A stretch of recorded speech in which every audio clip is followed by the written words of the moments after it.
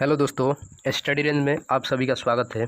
आज हम लोग बहुत ही इम्पोर्टेंट टेस्ट सीरीज़ का पहला भाग देखने वाले हैं। ठीक है, ये टेस्ट सीरीज़ नंबर 1 है, यानी ये पहला है। इसके बाद और भी आएंगे, दूसरा तीसरा इसका भाग आएगा। ठीक है, तो बता दें कि ये इतिहास का, प्राचीन भारत का टेस्ट है। ठीक है, अगर आप लोग इस टेस्ट को अच्छे से देते हैं तो आप लोगों का स्कोर किसी भी बिहार के एग्जामिनेशन में गेन होगा, यानी आप लोग अच्छे मार्क्स ला सकते हैं। ठीक है, क्योंकि आप लोग जब इस टेस्ट को देखिएगा तो आप लोगों को लगेगा कि हाँ, ये टेस्ट बेहतर है, बेहतर ही नहीं, ये बेहतरीन है। ठीक है, क्योंकि आप लोग जब इस क्वेश्चन को देखिएगा तो लगेगा कि हाँ, ये सेट होना चाहिए, सेट इस प्रकार का होना चाहिए।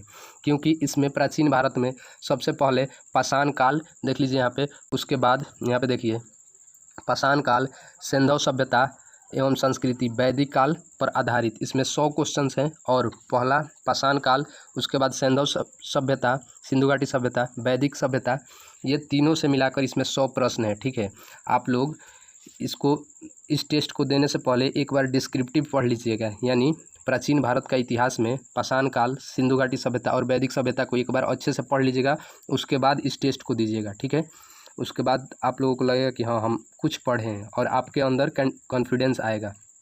ठीक है, तो चलिए आज का पहला क्वेश्चन देखते हैं। क्वेश्चन है, भारत में मानव का सर्वप्रथम साक्ष्य मिलता है। तो भारत में सर्वप्रथम मानव का साक्ष्य कहाँ से मिलता है? ऑप्शन देख लीजिए आप लोगों का। ऑप्शन है नीलगिरी पहाड़ियाँ, बी नंबर शिवालिक पहाड़ियाँ, सी नंबर नलमाला पहाड़ियाँ और डी नंबर नर्मदा घाटी। तो आप लोग जिनको भी आंसर लगाना होगा वो वीडियो को पॉज करके अपना आंसर लगा सकते हैं। ठीक है, क्योंकि मैं अगर रुकूंगा तो वीडियो लंबा हो सकता है। तो चलिए मैं अपना आंसर बताता हूँ। इसका करेक्ट आंसर हो जाएगा डी नंबर। करेक्ट आंसर हो जाएगा डी नंबर, नर्मदा घाटी। भारत में मानव का सर्वप्रथम साक्ष्य कहाँ से मिला था? तो नर्मदा घाटी से। ठीक है, अगला क्वेश्चन देखते हैं। अगला क्वेश्चन है, उस स्थल का नाम बताइए, उस स्थल का नाम बताइए जहाँ से प्राचीनतम अस्थाई जीवन के प्रमाण मिले हैं। ठीक है, क्वेश्चन नंबर 2 है। तो इसका देख लीजिए, ऑप्शन देख लीजिए कौन कौन से ऑप्शन है। पहला है धौलावीरा, दूसरा है किले गुल मोहम्मद, तीसरा है कालीबंगन और चौथा है मेहरगढ़। तो इसका करेक्ट आंसर हो जाएगा D number, option number D Mehrgarh, option number D Mehrgarh. ठीक है, चलिए अगला देखते हैं। अगला है क्वेश्चन नंबर 3। ठीक है, खदानों की कृषि सर्वप्रथम प्रारंभ हुई थी, यानी जो खदान की कृषि है वो सबसे पहले कहाँ पे प्रारंभ हुई थी? तो इसका करेक्ट आंसर हो जाएगा ए नंबर, ऑप्शन नंबर ए, नवपाषाण काल, नवपाषाण काल। ठीक है, चलिए अगला क्वेश्चन देखते हैं। क्वेश्चन नंबर 4, मानव द्वारा सर्वप्रथम प्रयुक्त अनाज था, ये आप लोगों को पता होगा। तो इसका करेक्ट आंसर हो जाएगा ऑप्शन नंबर सी, जौ। मानव द्वारा सर्वप्रथम प्रयुक्त अनाज कौन था? जौ था। ठीक है, अगला है क्वेश्चन नंबर 5। देखिए 5 नंबर क्वेश्चन है, भारतीय उपमहाद्वीप में कृषि के प्राचीनतम साक्ष्य कहाँ से प्राप्त हुए? ये पूछ रहा है क्वेश्चन। तो इसका करेक्ट आंसर हो जाएगा क्वेश्चन नंबर बी, लहुरा देव से, लहुरा देव से। ठीक है, अगला है क्वेश्चन नंबर 6, निम्नलिखित में से किसको चालकोलिथिक युग कहा जाता है? चालकोलिथिक युग कहा जाता है। तो इसका करेक्ट आंसर हो जाएगा ऑप्शन नंबर सी, ताम्रपाषाण युग। ठीक है, चलिए अगला क्वेश्चन देखते हैं। क्वेश्चन नंबर 7, क्वेश्चन नंबर 7 देखते हैं। निम्नलिखित में से किस एक पूरा स्थल से पाषाण संस्कृति से लेकर हड़प्पा सभ्यता तक के सांस्कृतिक अवशेष प्राप्त हुए हैं? ठीक है, तो इसका करेक्ट आंसर हो जाएगा, देख लीजिए यहाँ पे B number, option number B, Mehrgarh, option number B, Mehrgarh. ठीक है, मेहरगढ़ से पाषाण काल के साक्ष्य मिले हैं और हड़प्पा सभ्यता का काल का भी साक्ष्य मिला है। ठीक है, अगला देखते हैं क्वेश्चन नंबर 8। देख लीजिए क्वेश्चन नंबर 8 क्या कह रहा है। नौदा टोली का उत्खनन किसने किया था? पूछ रहा है कि नौदा टोली का उत्खनन किसने किया है। तो इसका करेक्ट आंसर हो जाएगा ऑप्शन नंबर सी, एच.डी. सांकलियान, एच.डी. सांकलिया ने। ठीक है, चलिए अगला क्वेश्चन देखते हैं। 9 नंबर क्वेश्चन है, नौदा टोली किस राज्य में अवस्थित है? ठीक है, ये क्वेश्चन आप लोगों को एग्ज़ाम में आने की ज़्यादातर संभावना है, क्योंकि ये नहीं देखने को मिला है इस प्रकार के क्वेश्चन, इसलिए ये क्वेश्चन आने की संभावना है। ठीक है, इसमें सभी क्वेश्चन इंपॉर्टेंट है, आप लोग इसको याद कर जाइएगा। ठीक है, तो चलिए इसका आंसर बता देता हूँ। करेक्ट आंसर हो जाएगा option number D, Madhya Pradesh. Option number D, Madhya Pradesh. अगला है क्वेश्चन 10। देख लीजिए 10 नंबर क्या कह रहा है क्वेश्चन।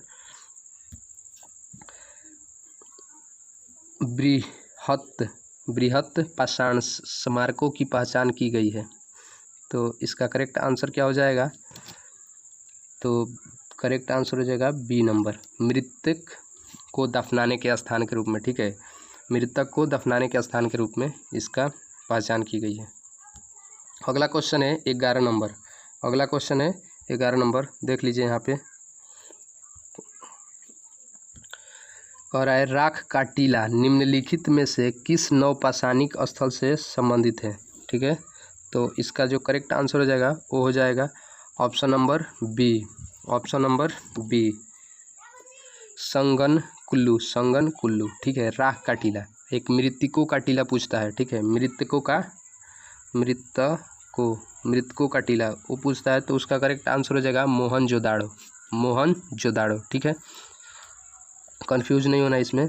तो राख का टीला संगन कुल्लू। ठीक है, और मृतकों का टीला मोहनजोदाड़ो हो जाएगा। ठीक है, चलिए अगला क्वेश्चन देखते हैं। क्वेश्चन नंबर 12 कह रहा है उत्खनित प्रमाणों के अनुसार पशुपालन का प्रारंभ हुआ था। तो ये पूछ रहा है किस युग में हुआ था। तो इसका करेक्ट आंसर हो जाएगा ऑप्शन नंबर डी, मध्य पाषाण काल में। ठीक है, अगला है 13 नंबर, मध्य पाषाणिक प्रसंग में पशुपालन के प्रमाण जहाँ से मिले हैं वह स्थान है। तो इसका करेक्ट आंसर हो जाएगा 13 नंबर का सी नंबर, आदमगढ़। ठीक है, आदमगढ़ याद रखिएगा। आदमगढ़ से क्या होता है? पशुपालन का प्रमाण मिला था। अगला है क्वेश्चन नंबर 14।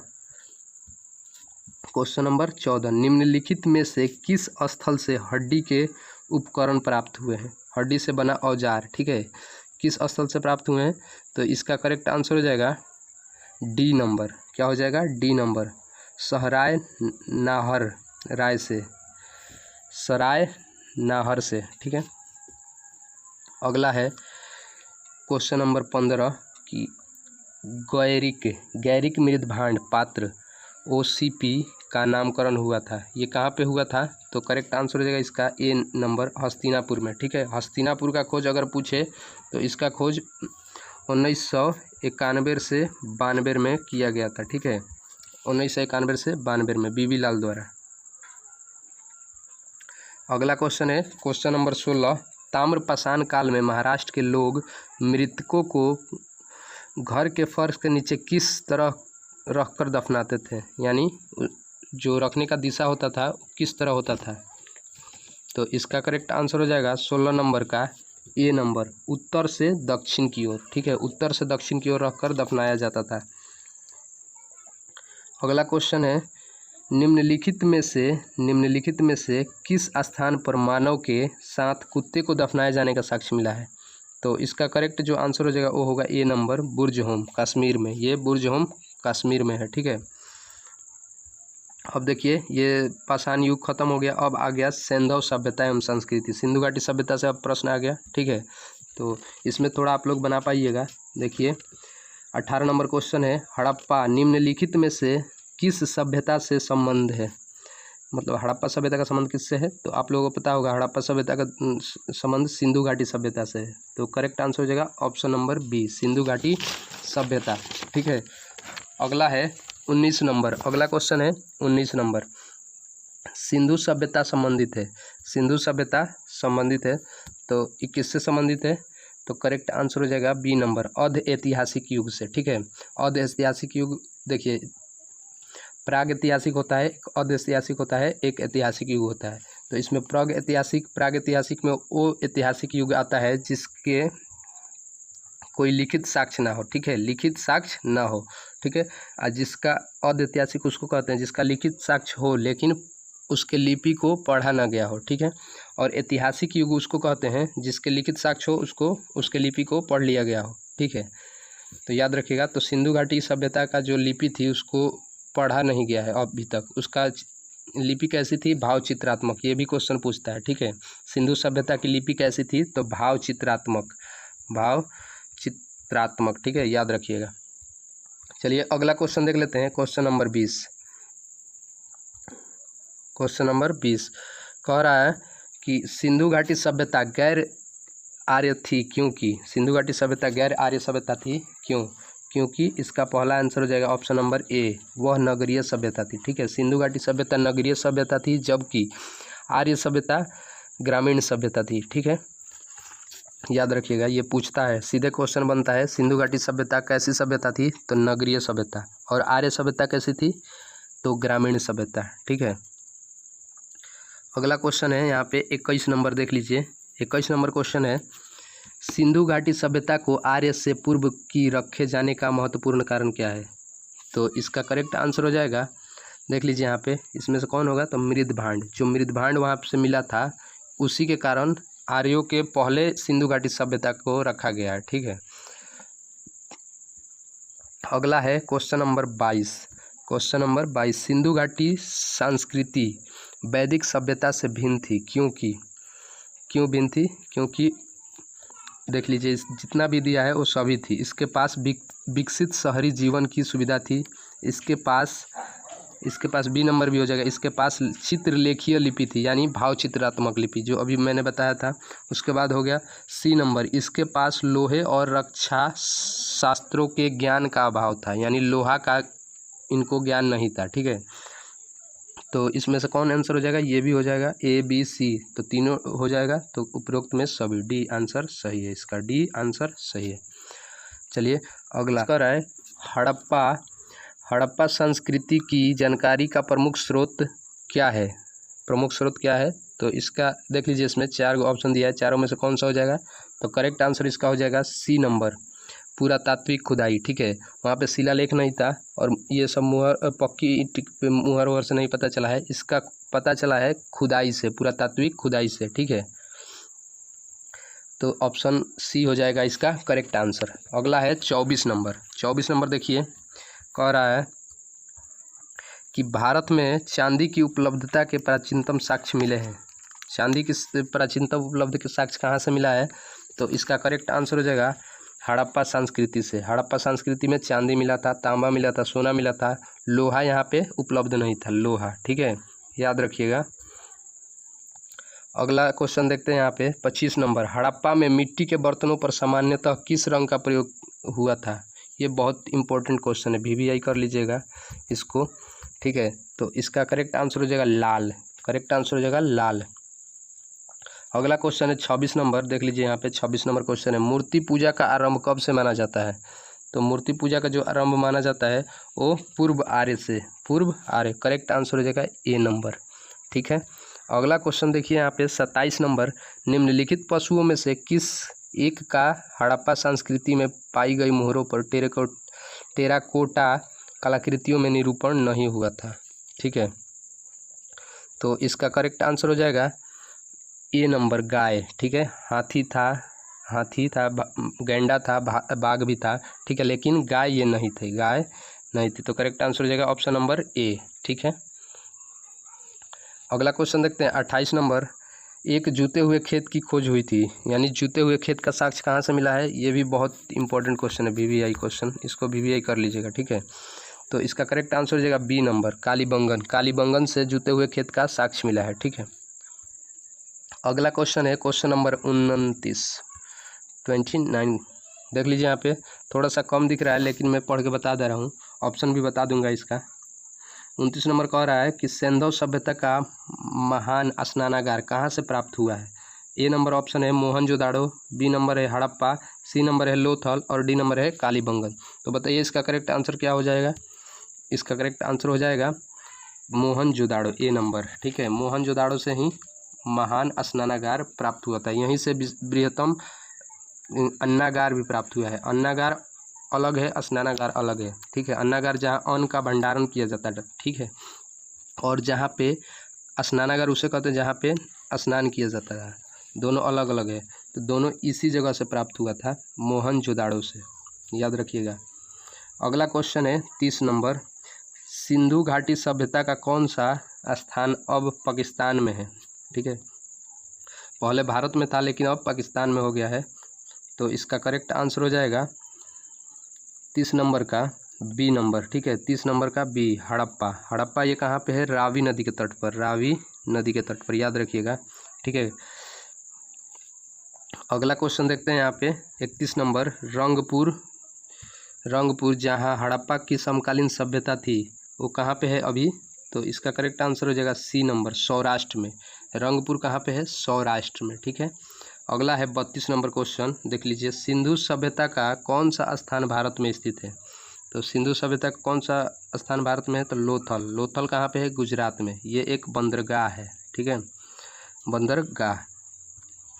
अगला क्वेश्चन है 33 नंबर, कह रहा है कि वह हड़प्पाई नगर जिसका प्रतिनिधित्व लोथल का पुरातत्व स्थल करता है किस नदी पर स्थित है? तो पूछ रहा है लोथल किस नदी के किनारे है? तो ये करेक्ट आंसर है सी नंबर, भोगवा नदी के तट पे। कौन सा हो जाएगा? भोगवा नदी के तट पे। ठीक है, अगला है 34 नंबर क्वेश्चन, देखिए यहाँ पे, हड़प्पा सभ्यता स्थल लोथल कहाँ पे स्थित है? तो लोथल अभी बताया मैंने जस्ट कि गुजरात में स्थित है। ठीक है, गुजरात में। ये क्या है? तो बंदरगाह है। ठीक है, अगला क्वेश्चन है क्वेश्चन नंबर 35, देख लीजिए, क्वेश्चन नंबर 35, सिंधु घाटी सभ्यता का पतन नगर क्या कौन सा है? तो अभी मैंने जस्ट इसको भी बताया था, करेक्ट आंसर हो जाएगा लोथल। लोथल पतन नगर मतलब बंदरगाह होता है। अगला क्वेश्चन है question number 36, question number 36, Bharat का सबसे बड़ा हड़प्पा पूरा स्थल है। 36 नंबर क्वेश्चन है, भारत का सबसे बड़ा हड़प्पा पूरा स्थल है, यानी पूछ रहा है कि हड़प्पा का सबसे बड़ा स्थल कौन सा है? तो ये करेक्ट आंसर हो जाएगा Rakhigarhi, option number D, option number D हो जाएगा। चलिए अगला क्वेश्चन देखते हैं 37 नंबर, सिंधु घाटी के लोग विश्वास करते थे, सिंधु घाटी के लोग किस में विश्वास करते थे? तो इसका करेक्ट आंसर हो जाएगा 37 नंबर का डी नंबर, मातृशक्ति में। सिंधु घाटी के लोगों का विश्वास मातृशक्ति में था। ठीक है, चलिए अगला क्वेश्चन देख लेते हैं 38 नंबर, सिंधु घाटी के लोग पूजा करते थे, किसकी पूजा करते थे? तो पशुपति की। सिंधु घाटी सभ्यता के लोग पशुपति की पूजा करते थे। अगला क्वेश्चन है 39 नंबर, देख लीजिए यहाँ पे 39 नंबर कह रहा है कि मोहनजोदाड़ो एवं हड़प्पा की पुरातात्विक खुदाई के प्रभारी कौन थे? मोहनजोदाड़ो एवं हड़प्पा की पुरातात्विक खुदाई के प्रभारी कौन थे? तो इसका करेक्ट आंसर हो जाएगा, आप लोगों को भी पता होगा, sir John Marshall, option number B, sir John Marshall. ठीक है, अगला क्वेश्चन है यहाँ पे, सिंधु सभ्यता की विकसित अवस्था में निम्नलिखित में से किस स्थल से घरों में कुएं के अवशेष मिला है? यानी कुआं पूछ रहा है। तो इसका करेक्ट आंसर हो जाएगा डी नंबर, मोहनजोदाड़ो से। मोहनजोदाड़ो से घरों में कुआं का अवशेष मिला है। अगला क्वेश्चन है 41 नंबर, अगला क्वेश्चन है 41 नंबर, सर्वप्रथम मानव ने निम्न धातु का उपयोग किया था, यानी सबसे पहले मनुष्य किस धातु का उपयोग किया था? तो करेक्ट आंसर हो जाएगा तांबा, करेक्ट आंसर हो जाएगा तांबा, तांबा धातु का उपयोग किया था। अगला क्वेश्चन है 42 नंबर यानी 42 नंबर, हड़प्पा कालीन स्थलों में अभी तक किस धातु की प्राप्ति नहीं हुई है? किस धातु की प्राप्ति नहीं है? यहाँ पे देख लीजिए ऑप्शन क्या क्या है, तो आप सभी को पता होगा, अभी जस्ट इसके ऊपर मैंने ये क्वेश्चन बता भी दिया है। इसमें ऑप्शन है तांबा, स्वर्ण, चांदी, लोहा। तो मैंने बताया था कि तांबा भी मिला था, चांदी भी मिला था, स्वर्ण मतलब सोना भी मिला था, लेकिन लोहा नहीं मिला था। तो इसका करेक्ट आंसर हो जाएगा D number, option number D, लोहा। ठीक है, चलिए अगला क्वेश्चन देखते हैं।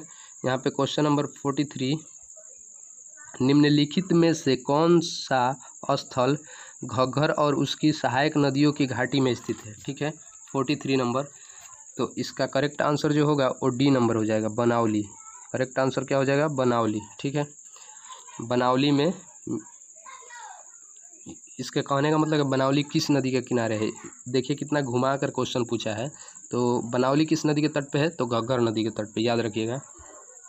अगला क्वेश्चन देखिए 44 नंबर, धौलावीरा। धौलावीरा किस राज्य में है?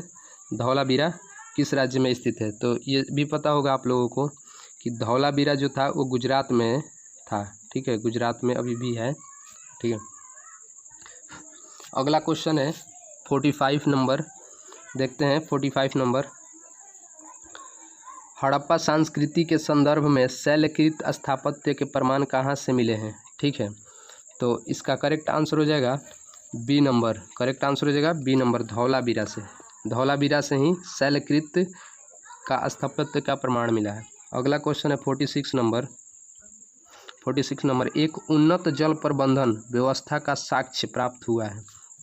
इसका भी आंसर हो जाएगा धौलावीरा। धौलावीरा में उन्नत जल प्रबंधन का व्यवस्था था। ठीक है, अगला क्वेश्चन है 47 नंबर। 47 नंबर क्वेश्चन देख लीजिए, कह रहा है हड़प्पन स्थल सनौली के अभी हाल में उत्खनन से प्राप्त हुए हैं। तो जो अभी हाल में सनौली में जो उत्खनन हुआ है उससे क्या प्राप्त हुआ है ये पूछ रहा है। तो इसका करेक्ट आंसर हो जाएगा ए नंबर, मानव सौधान, यानी मानव को जो दफनाया जाता है उसका साक्ष्य मिला है कहाँ से? सनौली से। ठीक है, अगला क्वेश्चन है 48 नंबर। वस्त्र के लिए कपास की खेती का आरंभ सबसे पहले किसने किया था? यही पूछ रहा है क्वेश्चन। तो इसका करेक्ट आंसर हो जाएगा डी नंबर, भारत ने। क्या हो जाएगा? भारत ने। कपास की खेती सबसे पहले भारत में ही हुई थी। ठीक है, सिंधु घाटी सभ्यता का मुख्य व्यवसाय ज़्यादातर कपास ही उगाता था लोग। अगला क्वेश्चन है 49 नंबर, देख लीजिए। निम्न स्थानों में से किस एक स्थान पर सिंधु घाटी सभ्यता से संबंध विख्यात वृषभ मुद्रा प्राप्त हुई है? वृषभ मतलब बैल होता है। ठीक है, वृषभ मतलब बैल होता है। तो इसका करेक्ट आंसर हो जाएगा डी नंबर, मोहनजोदाड़ो से। मोहनजोदाड़ो से। ठीक है, अगला क्वेश्चन है 50 नंबर, देख लीजिए। 50 क्वेश्चन होने वाला है। अगर वीडियो अच्छा लग रहा हो, क्वेश्चन आप लोगों को इम्पोर्टेंट लग रहा हो तो प्लीज़ वीडियो को लाइक कर दीजिए और सभी ग्रुपों में शेयर कर दीजिए। ठीक है, चलिए 50 नंबर क्वेश्चन देखते हैं। कह रहा है निम्नलिखित में से किस पशु का अंकन हड़प्पा संस्कृति की मोहरों पर नहीं मिलता है? हड़प्पा संस्कृति के मोहरों पर नहीं मिलता है, तो इसमें कौन हो जाएगा? तो इसका करेक्ट आंसर हो जाएगा सी नंबर। सी नंबर, घोड़ा का नहीं मिलता है। ठीक है, बैल का था, हाथी का था, भेड़ का था। ठीक है, लेकिन घोड़ा का अंकन नहीं था। तो इसका करेक्ट आंसर हो जाएगा घोड़ा। ठीक है, अगला क्वेश्चन देखते हैं 51 नंबर। किस पशु के अवशेष सिंधु घाटी सभ्यता से प्राप्त नहीं हुए हैं? अवशेष पूछ रहा है। ठीक है, ये पूछा था मुहर पर अंकन। ठीक है, इसमें पूछा अवशेष, तो अवशेष जो नहीं प्राप्त हुआ था वो हो जाएगा करेक्ट आंसर सी नंबर, गाय का अवशेष प्राप्त नहीं हुआ था। अगला क्वेश्चन है 52 नंबर, देख लीजिए। कह रहा है कि मृण पट्टिका पर उत्कीर्ण सिंह युक्त देवता की कृति प्राप्त हुई है, यानी जो सिंह युक्त देवता थे उसकी प्राप्ति किस पर हुई है? तो इसका करेक्ट आंसर हो जाएगा 52 का बी नंबर। कौन सा? बी नंबर, 52 का बी नंबर, कालीबंगन, कालीबंगन से। ठीक है, अगला क्वेश्चन है 53 नंबर। निम्नलिखित में से कौन सी सभ्यता नील नदी के तट पर पनपी? कौन सी सभ्यता नील नदी के तट पे पनपी? तो ये आप लोगों को भी पता होगा, नील नदी के किनारे कौन सा बसा है? तो मिस्र बसा है। तो ये हो जाएगा करेक्ट आंसर मिस्र की सभ्यता, मिस्र की सभ्यता। ठीक है, आप लोग जब इस सेट को लगा रहे हैं तो आप लोगों के अंदर कॉन्फिडेंस आ रहा होगा। ठीक है, और पढ़ के लगाइएगा तो एक बार और ज़्यादा बनाइएगा। 100 में लगभग आप 95, 90, 95 इस सेट में से क्वेश्चन बना सकते हैं। ठीक है, तो एक बार और आप लोग सिंधु घाटी सभ्यता, पाषाण काल और वैदिक सभ्यता को पढ़ने के बाद डिस्क्रिप्टिव लूसेंट से, ठीक है, या क्राउन से पढ़ने के बाद इस सेट को लगाइएगा। आप लोगों के अंदर एक और हाई लेवल का कॉन्फिडेंस आएगा। ठीक है, तो देख लेते हैं 54 नंबर क्वेश्चन। लेखन कला की उचित प्रणाली विकसित करने वाली सर्वप्रथम प्राचीन सभ्यता थी। तो सर्वप्रथम प्राचीन सभ्यता कौन थी? तो इसका करेक्ट आंसर हो जाएगा सी नंबर, सुमेरिया। सुमेरिया। ठीक है, अगला क्वेश्चन देखते हैं। क्वेश्चन नंबर यहाँ पे 55 देख लेते हैं। 54 हो गया 55। अब 55 से शुरू है वैदिक काल। ठीक है, वैदिक काल। तो वैदिक काल का पहला क्वेश्चन है आर्य शब्द इंगित करता है। आर्य शब्द इंगित करता है, तो इसका करेक्ट आंसर हो जाएगा option number D. Option number D, श्रेष्ठ वंश को। ठीक है, श्रेष्ठ वंश को। आर्य शब्द का शाब्दिक अर्थ ही होता है कुलीन या श्रेष्ठ या कुलीन, ठीक है। अगला क्वेश्चन है क्वेश्चन नंबर 56। क्वेश्चन नंबर 56 देखते हैं। ये कह रहा है क्लासिकीय संस्कृत में आर्य शब्द का अर्थ क्या होता है। तो इसका करेक्ट आंसर हो जाएगा 56 का डी नंबर। 56 का डी नंबर, एक उत्तम व्यक्ति। आर्य शब्द का क्लासिकीय संस्कृत में अर्थ होता है एक उत्तम व्यक्ति, ठीक है। अगला क्वेश्चन देखते हैं 57 नंबर। 57 नंबर कह रहा है कि सबसे पुराना वेद कौन सा है। तो ये सभी लोगों को पता होगा। इसका करेक्ट आंसर हो जाएगा ऑप्शन नंबर बी, ऋग्वेद, ठीक है। अगला है 58 नंबर क्वेश्चन। त्रयी नाम है, त्रयी किसका नाम है। तो ये 3 वेदों का संकलन है। संकलन यानी 3 वेद को त्रयी कहते हैं। ऋग्वेद, सामवेद और यजुर्वेद, ये तीनों को मिलाकर त्रयी वेद बना है। अगला क्वेश्चन देखते हैं 59 नंबर। निम्नलिखित 4 वेदों में से किस एक में जादुई माया और वशीकरण के बारे में बताया गया है। तो इसका करेक्ट आंसर हो जाएगा सी नंबर में। सी नंबर में जादुई माया और वशीकरण के बारे में वर्णन किया गया है, ठीक है। ये जो आप लोगों को यजुर्वेद दिख रहा है, ये वाला यजुर्वेद में बताया गया है किसका। तो इसमें यज्ञ और हवन से संबंधित बात मंत्र को वर्णित किया गया है, ठीक है। अगला है 60 नंबर क्वेश्चन। ऋग्वेद में कितनी ऋचाएँ हैं। ऋग्वेद में कितनी ऋचाएँ हैं। तो इसका करेक्ट आंसर हो जाएगा option number A. Option number A देख लीजिए, यहाँ पे ऑप्शन नंबर ए हो जाएगा 1028, ठीक है। अगला क्वेश्चन देखते हैं 61 नंबर।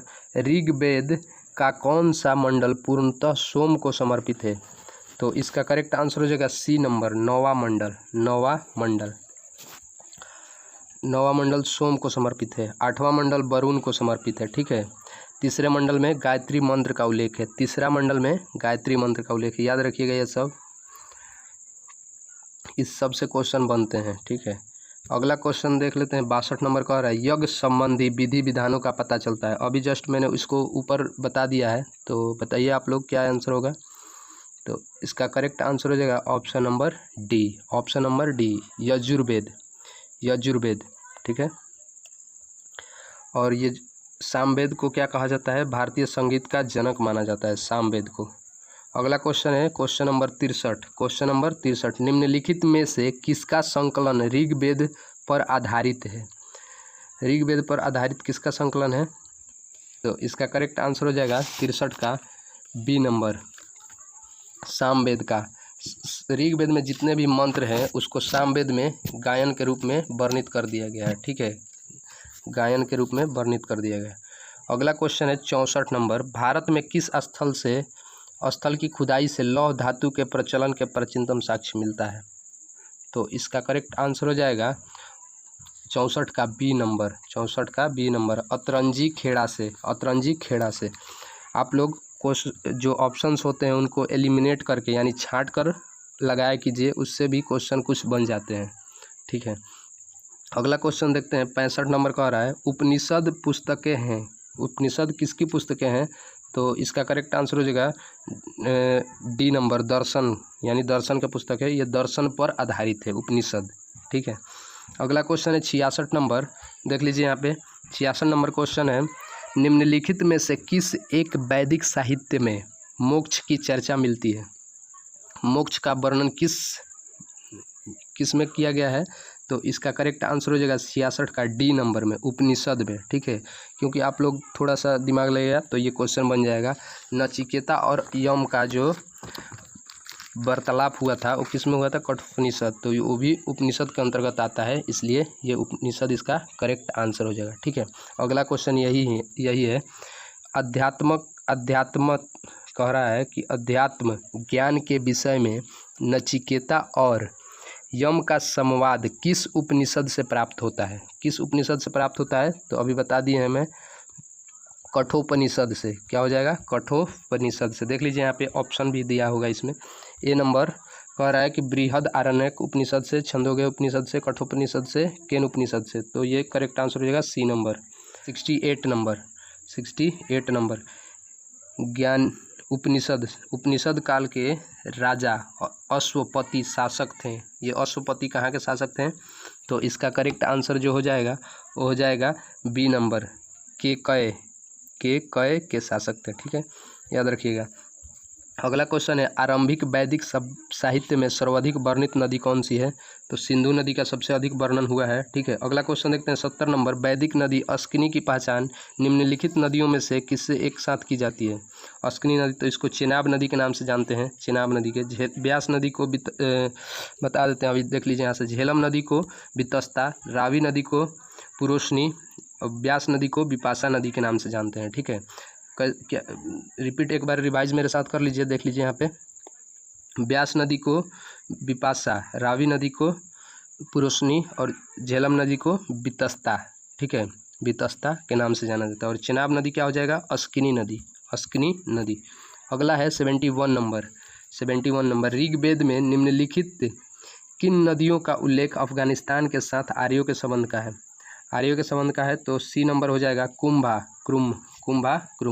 अगला है 72 नंबर, वैदिक नदी कुंभा का स्थान कहाँ निर्धारित होना चाहिए? तो कहाँ है? अब ये ऊपर आप लोग देखें तो अफगानिस्तान हो जाएगा। कहाँ होगा? अफगानिस्तान में। ठीक है, अगला है 73 नंबर। 73, निम्नलिखित में कौन सी वह ब्रह्मा वाहिनी थी जिससे कुछ वेद मंत्रों की रचना की थी? तो हो जाएगा लोपामुद्रा। ठीक है, अगला है, ऋग वैदिक काल में निष्क शब्द का प्रयोग एक आभूषण के लिए होता था, किंतु उत्तरवर्ती काल में उसका प्रयोग किस अर्थ में हुआ?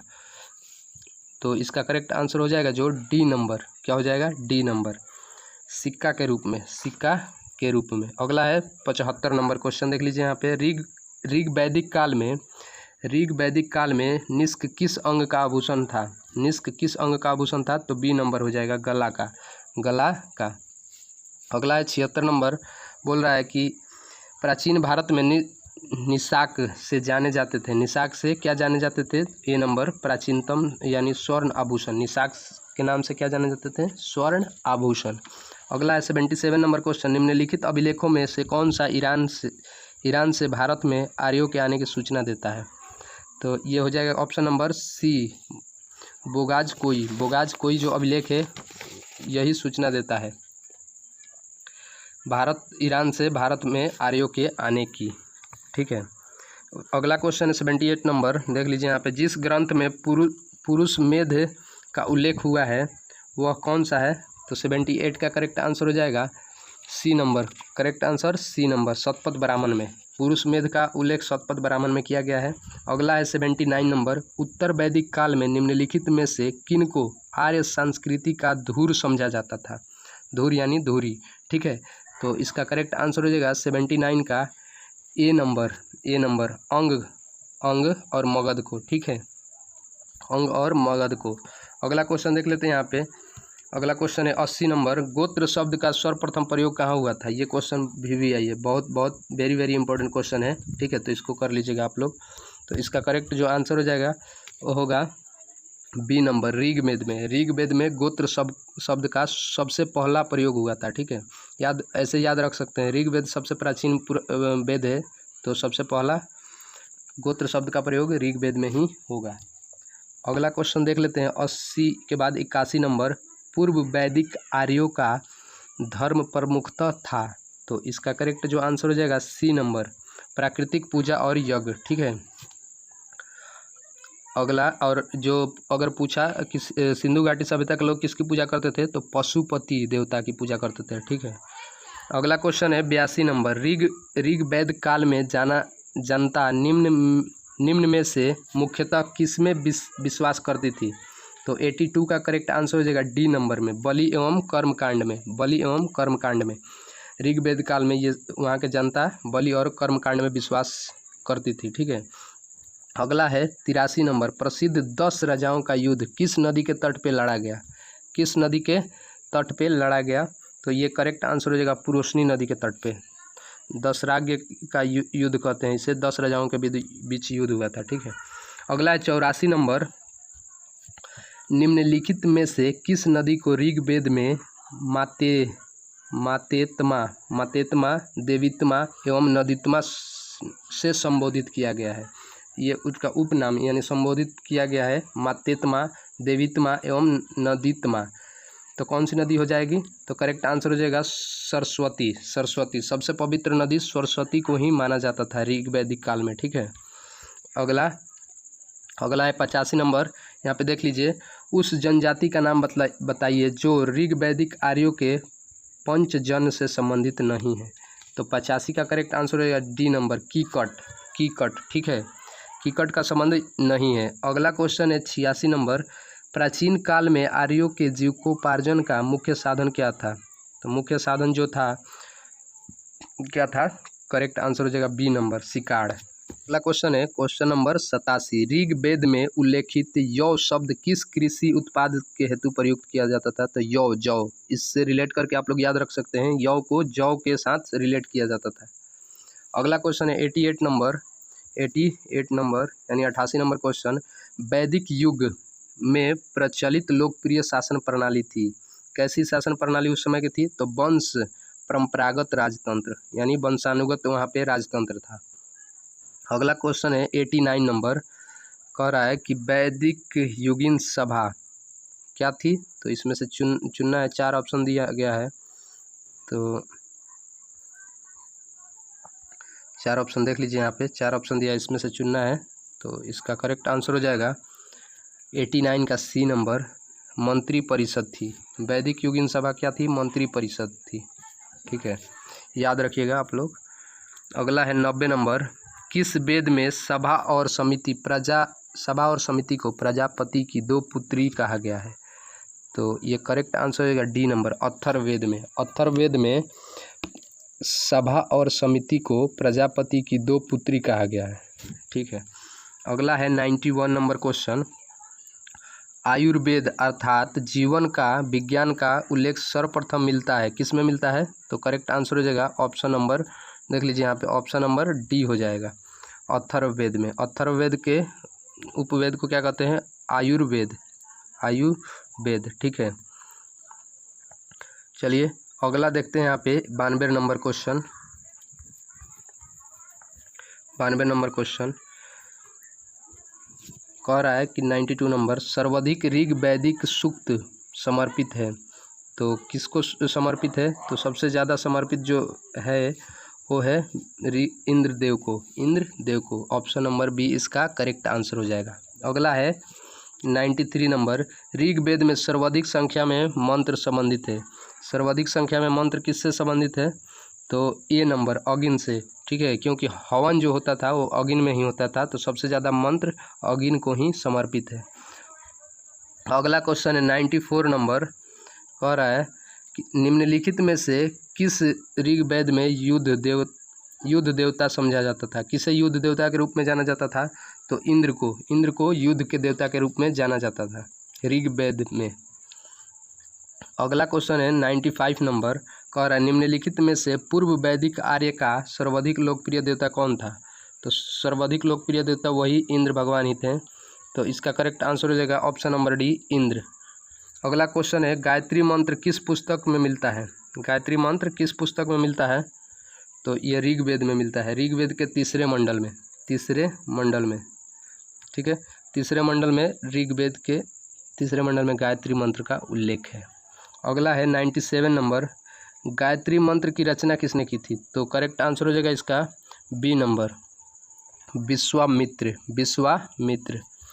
अगला क्वेश्चन है पुराणों की संख्या कितनी है?